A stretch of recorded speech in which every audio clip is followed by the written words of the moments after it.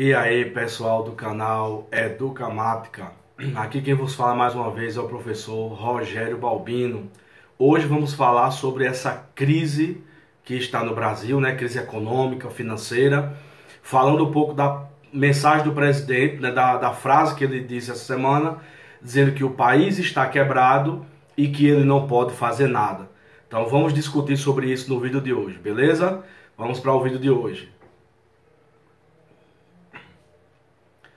Bom, pessoal, no vídeo de hoje, como eu já falei no início, nós vamos falar um pouco sobre a frase do presidente durante essa semana, quando ele disse para alguns apoiadores que o Brasil está quebrado e que ele não consegue fazer nada. A mídia, né, em geral, os jornais, revistas, claro, odeiam o presidente, né?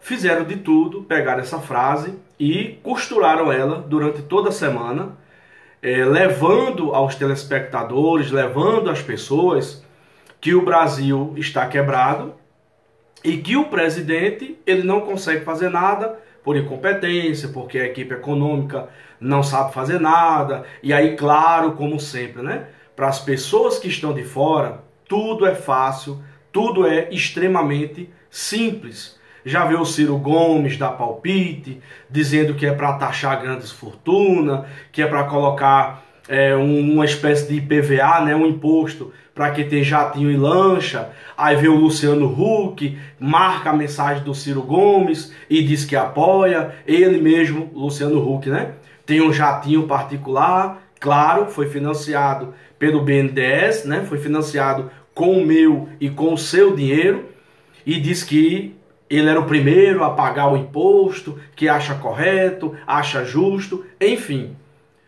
Durante anos, essas pessoas nadaram no dinheiro, né, como o famoso tio Patinhas, jatinhos particulares, toda mordomia, ninguém nunca se importou com absolutamente nada.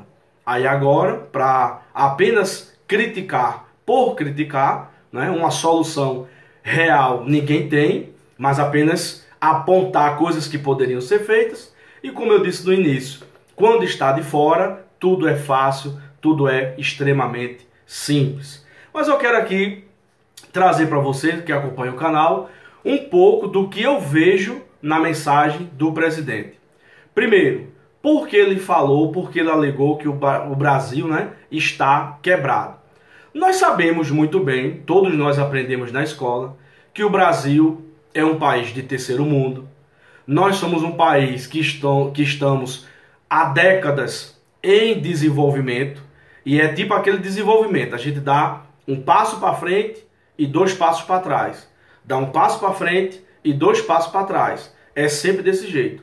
O Brasil ele não consegue decolar. Já teve outros vídeos aqui no canal que eu tratei um pouco desse assunto. Não quero perder tempo agora voltando isso novamente. Mas todo mundo que tem um pouco de mentalidade política, que entende um pouco de economia e, tirando a ideologia de lado, foca realmente no que está acontecendo, percebe-se que o Brasil realmente não decola, não cresce, não chega no lugar de destaque que deveria estar, porque os políticos, na sua grande maioria, começando pelos prefeitos, governadores de estado, senadores, deputados, presidente da República, infelizmente, durante todo esse tempo que nós temos aí de Brasil pós-colônia, né, nós só tivemos pessoas que chegaram ao poder apenas com desejo de poder, de permanecer no poder e de deixar para os seus descendentes também este poder. Ninguém governa para o povo como deveria governar. Ninguém faz as coisas pensando no povo, né? Haja vista aí o governo desastroso do PT, que nós tivemos aí durante quase 16 anos, que para muitos foi uma maravilha, mas depois a gente conseguiu ver, comprovar e sentir na pele tudo que passamos e tudo que aconteceu com os desvios, com os roubos, né? Com todo o esquema de corrupção que foi montado aqui no Brasil. Claro, esquema esse que existia antes do PT, mas como diz o jornalista Augusto Nunes, lá dos Pingos nos Is, ele diz que a corrupção já existia antes do PT. Porém, o PT ele acabou profissionalizando, né? Tornando uma instituição de corrupção aqui no Brasil, e as provas são robustas em relação a isso. Haja vista a quantidade de dinheiro, né? Mais de 3, 4 bilhões que já foram recuperados pela Lava Jato, porém isso não chega a 10% de todo o valor que foi desviado durante anos. Então é claro que toda essa situação de corrupção, de desvio, né, do dinheiro público, de má administração, foi levando o Brasil cada vez a chegar a uma situação difícil.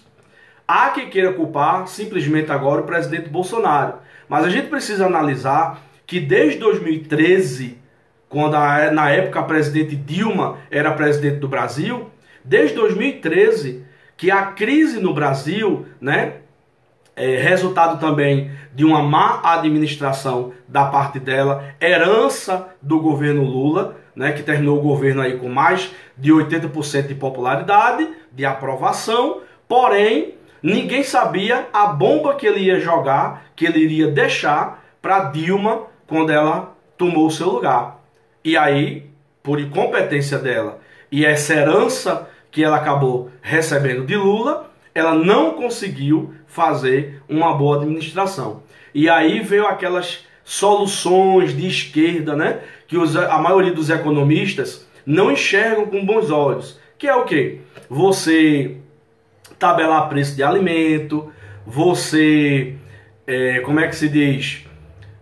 Começar o Estado interferir na balança comercial como um todo, né? Como eu disse, tabelando preço de alimento, você proibindo de passar de determinado valor, controlando o preço de combustível, controlando e subsidiando preço da energia, do gás.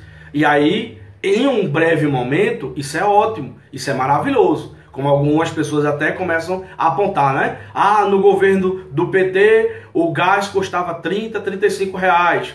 Agora no governo Bolsonaro está custando 65, 70. Oh, que saudade do PT e etc. Porém, essas pessoas não conseguem enxergar fora da caixinha.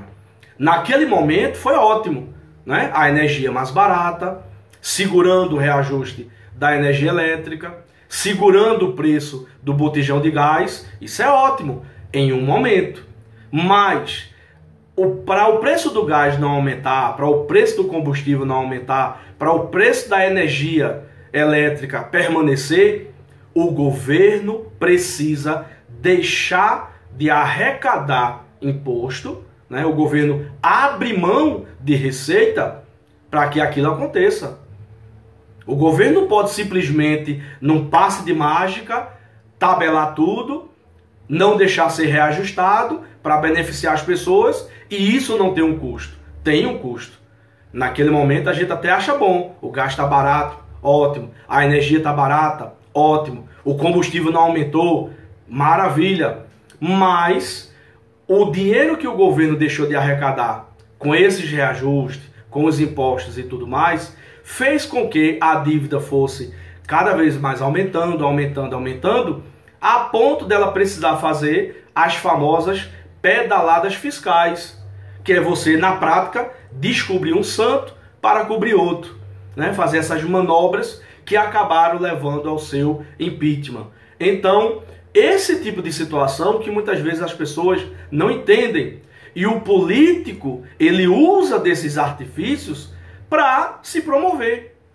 E é muito bom, é muito tranquilo. O presidente Bolsonaro, por exemplo, ele poderia estar aí liberando dinheiro para as pessoas, agindo da mesma forma, né? Se endividando não, endividando o governo, porque ele representa o governo, ele representa todos nós. Então ele poderia estar endividando o governo, né?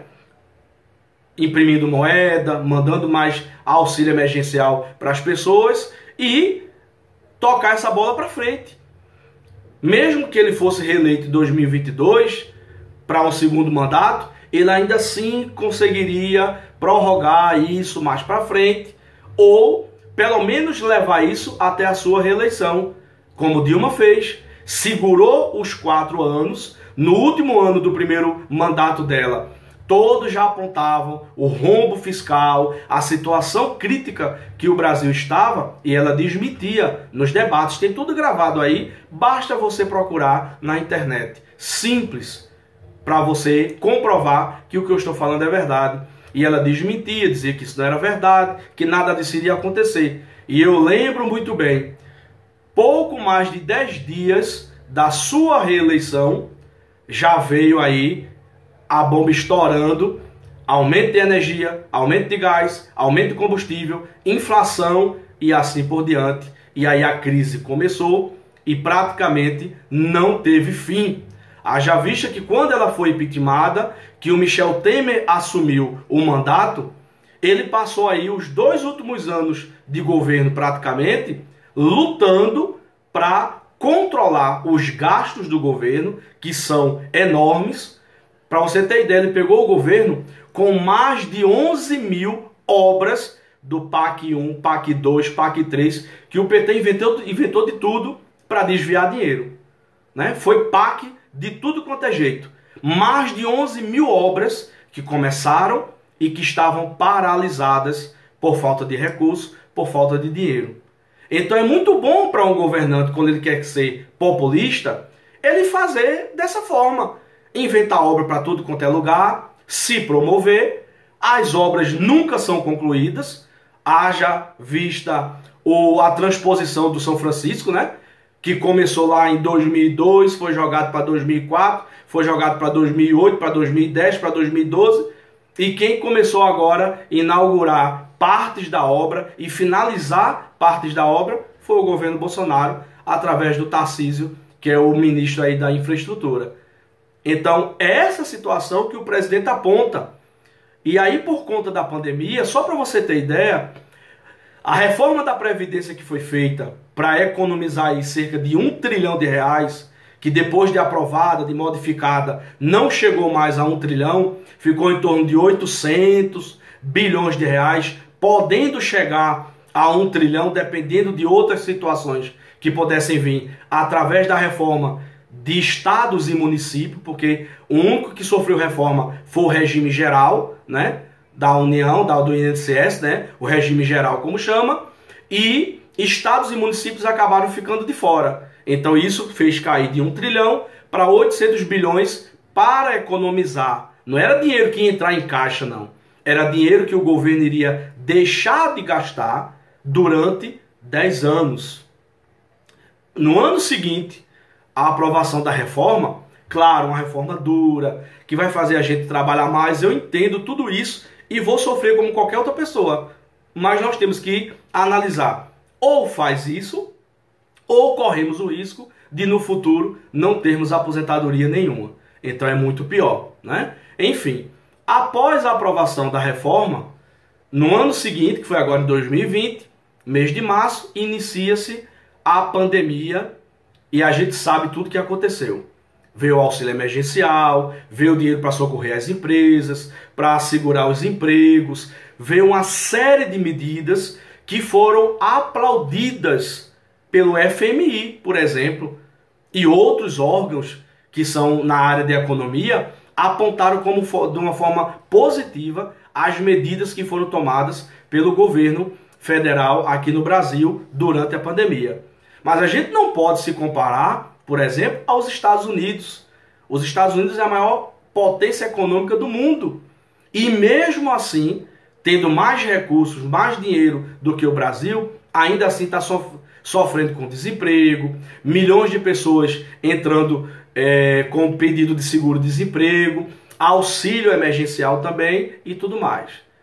Então, toda essa situação fez com que esses 800 bilhões que o Brasil não tinha e não tem, que fique bem claro, esses 800 bilhões da reforma da Previdência seriam economizados durante 10 anos, foi gasto de uma única vez durante 2020. Então, todo o esforço para a reforma foi usado durante a pandemia. E aí vem aquela história, né, dos governantes, dos prefeitos, principalmente da mídia, que não deixou de trabalhar e de ganhar dinheiro um dia sequer, que isso fique registrado, porque o mesmo jornalista que fica todo dia apontando para você que você deve ficar em casa, que você não deve trabalhar, que você tem que respeitar a ciência, ele não deixou de trabalhar um dia sequer. E aí eu te pergunto, o emprego dele vale mais do que o seu? O trabalho que ele exerce é mais importante do que o seu? Mas é muito fácil para mim dizer para você, fique em casa, respeite a ciência, obedeça à lei, enquanto eu estou trabalhando e recebendo meu dinheiro normalmente todo mês. Mas foi isso que a mídia fez. Então, vamos cuidar das vidas, vamos respeitar a ciência, a economia a gente vê depois. O depois chegou. E aí a fala do presidente, o Brasil está quebrado. Esses 800 bilhões foram de dívidas gerada pelo governo para socorrer durante a pandemia. Só do auxílio emergencial foram mais de 320 bilhões de reais. Só com o auxílio. Para você ter ideia, o que era gasto com o Bolsa Família durante um ano inteiro estava sendo gasto por mês só com o auxílio emergencial. Um mês de auxílio emergencial que foi para quase 68 milhões de brasileiros. Quase 68 milhões. Foram 67 milhões e meio, mais ou menos, de brasileiros que tiveram direito ao auxílio. Então, cada mês pago do auxílio emergencial daria para pagar um ano de Bolsa Família. E as pessoas parecem que não enxergam isso. Ou se fazem de inocentes, ou acham que nós somos tolos, que não estamos vendo o que está acontecendo. E aí vem de novo agora o segundo lockdown, e quer um terceiro lockdown, e fica em casa.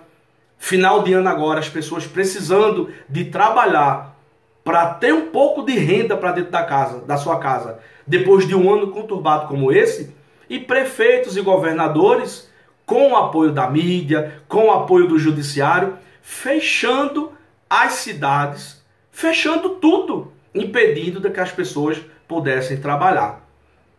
Então, como criticar o governo mediante uma situação dessa? E aí vem a frase, o Brasil está quebrado, chefe. Eu não consigo fazer nada, chefe. O que é que ele quis dizer que não consegue fazer nada? É porque ele é incompetente? É porque Paulo Guedes não sabe o que fazer? Não. Paulo Guedes sabe muito bem o que tem que ser feito. O problema é, tudo que o governo faz, ou o Congresso derruba, ou o Judiciário derruba numa canetada só. Então nunca se viu uma situação dessa aqui no Brasil. E as pessoas apenas criticam. E aí, como eu disse no começo, aí vem Ciro Gomes, vem Luciano Huck, vem não sei quem, apontar todo tipo de solução milagrosa. Solução esta que não existe.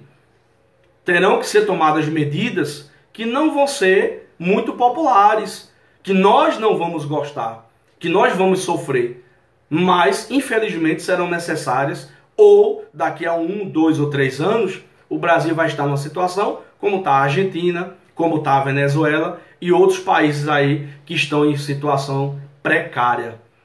Então, essa foi a frase do presidente, foi isso que ele disse, né, e que a mídia acabou distorcendo e trazendo um monte de situações que não tem nada a ver com a nossa realidade. Então, meu amigo, tempos difíceis estão para vir. Não pense que 2021 vai ser aquela maravilha que a gente desejava que fosse. Né? Nós já iniciamos o ano aí sem auxílio emergencial, ainda com esses problemas de lockdown. A justiça simplesmente não quer que as pessoas voltem a trabalhar. E aí eu entendo, estamos no meio de uma pandemia, a vacina ainda não chegou, etc. Eu entendo tudo isso.